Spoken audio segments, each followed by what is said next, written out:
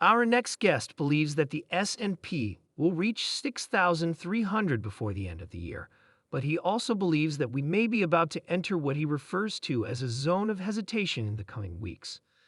Tom Lee, the Chief Investment Officer of Fundstrat Capital and a CNBC contributor, is now joining us. Tom, it's nice to see you. You see 4 reasons why you still think the S&P will continue to rise in December and possibly reach 6,300 by year's end. But I want to talk to you about bonds, the 10-year at some point. Which 4 factors are involved? Seasonality is one of them. Historically, December has been a good month, but in an election year, when you're up over 10% in the first half, December has been up 100% of the time. The second is that yields have dropped to what they were before the election. The 10-year rate is 4.1%, which is favorable for multiple expansion. The third is that, despite the market's recent rally, sentiment has really shifted to the negative, which has surprised me. That seems like a contrarian bullish indication to me. Lastly, there are still those 2 puts, the Fed put and the Trump put. That suggests that you still wish to purchase any of these dips, in my opinion. What steps can Trump take to ensure that the market continues to rise? I believe that his strong pro-business stance has been demonstrated by the cabinet nominations and recommendations he has made. Additionally, I believe that Trump is heavily focused on the stock market, as many have stated. Communication, in my opinion, is still a tactic and serves as a reminder that animal spirits may reappear. I am unsure whether you follow the way the financial media sector covers tariffs. To use a polite phrase, how, after all, can you call him pro-business when he supports tariffs, according to these people? Because if you watch the coverage of tariffs, you might just think, yes, I believe tariffs have been a useful negotiating instrument, and it serves as a reminder to me that it's good to have a heavy stick. I believe that other nations have taken some preemptive measures. Furthermore, I don't believe the incoming White House intends to implement any policies that will negatively impact business earnings in general. Therefore, I believe that whatever is done in the end will be beneficial to company. Okay, I hope you're all paying attention. That's the view of one individual anyway. Well, it'd be good this way. It would be bad this way. Is a common response whenever we discuss topics like the 10-year. Why isn't it a sign that the economy may not be as robust as we initially believed, and that corporate profits may not be sustainable if it is declining, which is advantageous for multiple expansion?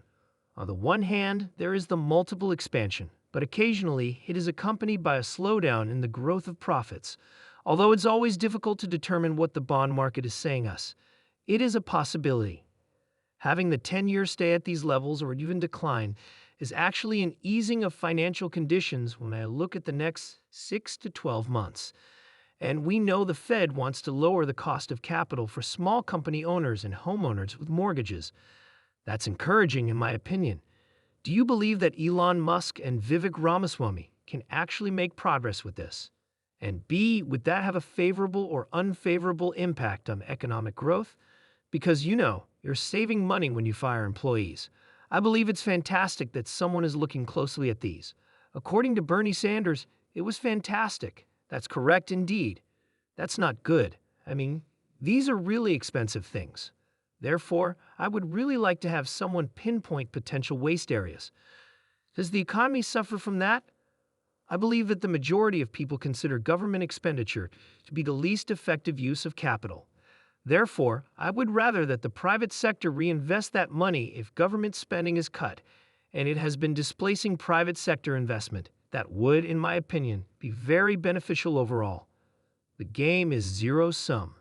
Many people would use any available funds, whether from the government or other sources, to boost the economy. Yes, I mean, if the government doesn't spend it, do you believe it would go into private? That's correct indeed. That would, in my opinion, free up funds since, as you may know, government spending and private sector funding are in competition. The private sector investing this money at a higher rate of return is what I would want. Therefore, I believe it would be beneficial for GDP, earnings, and stocks overall. Do you wish to? Before we release you, you always leave a Bitcoin comment. Usually, it got stuck below $100,000, which is pretty, but I assume it's a psychological level. Yes, I believe that some of this may be due to the fact that many people do not want to spend more than $100,000 on Bitcoin. And because there isn't much Bitcoin accessible over the counter, part of it might be the exchanges themselves. There is a shortage of supply, and I believe there will be a fierce competition if Bitcoin rises above $100,000. Therefore, I am optimistic that Bitcoin will conclude significantly higher before the year ends. Before the end of the year? Prior to the end of the year. Yes, so before the year ends, break $100,000? Yes, well over $100,000 before the end of the year. Only a matter of time will pass. The date is December 2. Tom, it will be finished within the next 4 weeks because it isn't that long. Tom takes audacious short-term decisions. I am aware. You're crazy. And they typically do come to pass. Okay, thank you, Tom Lee. Okay, let's welcome Jeremy Siegel for further market analysis in this year's last trading month. He is an emeritus professor of finance at the Wharton School of Business, University of Pennsylvania. He is also Wisdom Tree's chief economist. How would you respond to this, Jeremy, just in terms of what the market understands, what the market expects, and what we should be expecting from policy in the incoming Trump administration? I'm not sure if you heard that exchange, but I'm going to assume you did. Greetings, Becky. I am aware that Joe has been inquiring about the 10-year status. As you recall, the 10-year actually surged by over 20 basis points on Election Day. That, in my opinion, was a warning to Trump to exercise caution while implementing any tax reduction. I now believe that an extension of the 2017 tax cuts will be accepted by the market. But keep in mind that Trump made a lot more promises, and things really started to improve. As you mentioned, Becky, Scott Bessent was essentially nominated to be the Secretary of Treasury because he is regarded for having a fair approach to the deficit. The deficit is a persistent issue. It isn't short-term, in my opinion. However, I believe that the bond market would be under pressure if Trump fulfills all of his tax cut pledges, and I believe that relieving that strain began with Scott's nomination, probably also realizing that the market's response is important to incoming President Trump, who views it as a gauge, a report card, if you will, of course. President Trump is the most active user of the stock market of any president. I also want to address Trump's latest tweet, if you want to call it that, regarding 100% tariffs on the BRIC nations in the event that they introduce a new currency. That particularly intrigues me since I believe that Bitcoin, which Trump is a strong advocate of, poses the greatest challenge to the dollar's status as a reserve currency.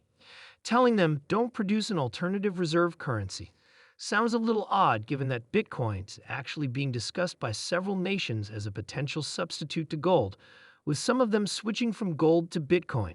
So after we hear all the information, I'm a little interested to see how that will unfold. What are you anticipating, Jeremy? What do you anticipate happening? Do you think that because he will be concerned with the response of the stock market, some of his positions will be moderated? And as a result, you have an optimistic outlook on stocks? Yes, I am certain. I am aware that Tom, whom I greatly admire, is thinking about 5% more this month. It could be a little more difficult to reach 6,300 if we move the wonderful December to November due to his election, I wonder. After that, I believe Tom anticipates a pause. Although our valuations are high, they are not exceptional. If you would like to change anything else, please let me know.